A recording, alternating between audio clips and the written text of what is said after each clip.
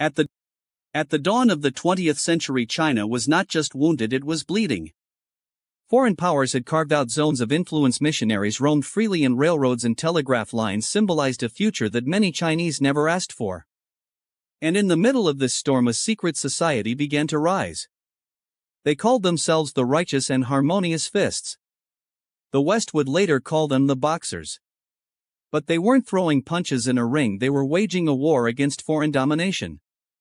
Who were these Boxers? Why did they believe they were invincible? And how did their uprising force the world's greatest empires to unite and invade China together?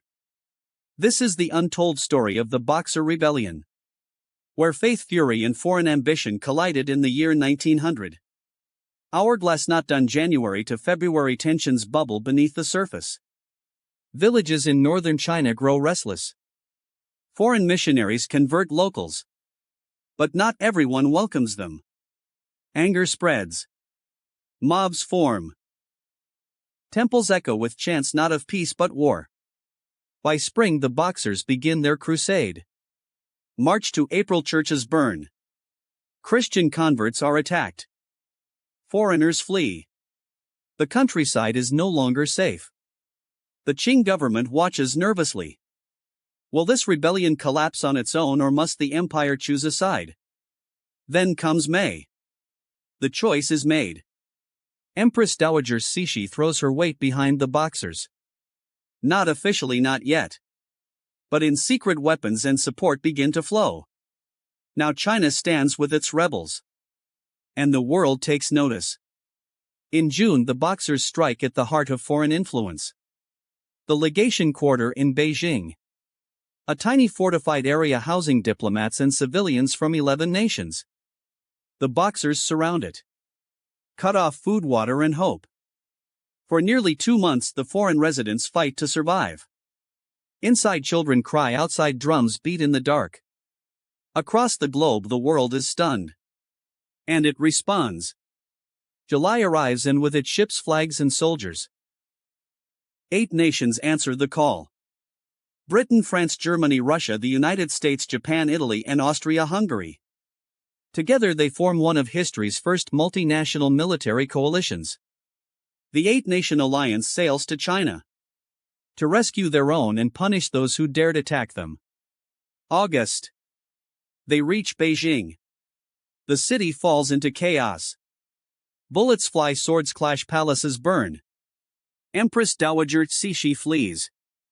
The Qing court disappears into the shadows. The Boxers fight fiercely. But they are no match for modern artillery and trained armies. The rebellion is crushed. But not without cost. Thousands perish. Looting follows victory. Foreign troops occupy Beijing. Civilians hide from both Boxers and foreigners. By September and October, China lies in ruins. Major cities are under foreign control. The dynasty that once claimed the mandate of heaven now struggles to command even its own capital. November. Negotiations begin. China must pay. And the price is steep. In the Boxer protocol that follows, China agrees to pay 450 million taels of silver. Boxer leaders are executed. Foreign powers gain even more rights.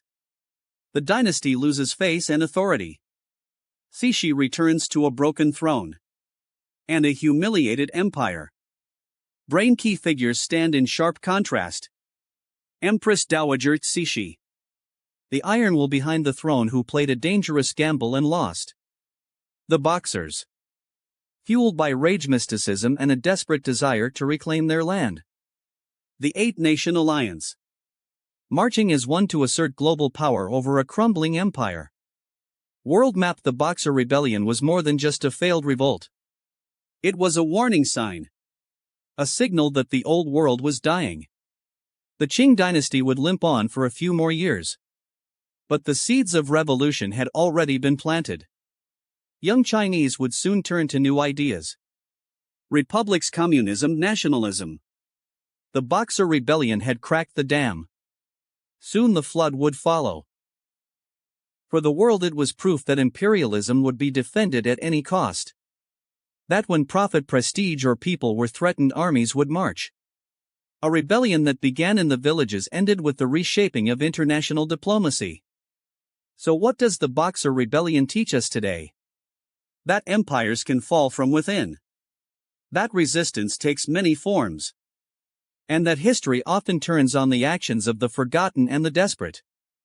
Studio microphone. In the year 1900, China fought back. But the world pushed harder. And the weight of 8 nations crushed a movement that dared to defy. If this story gave you a new perspective on history, subscribe to TimeLens for more eye-opening year-by-year events that shaped our world. Every moment matters. Every year tells a story.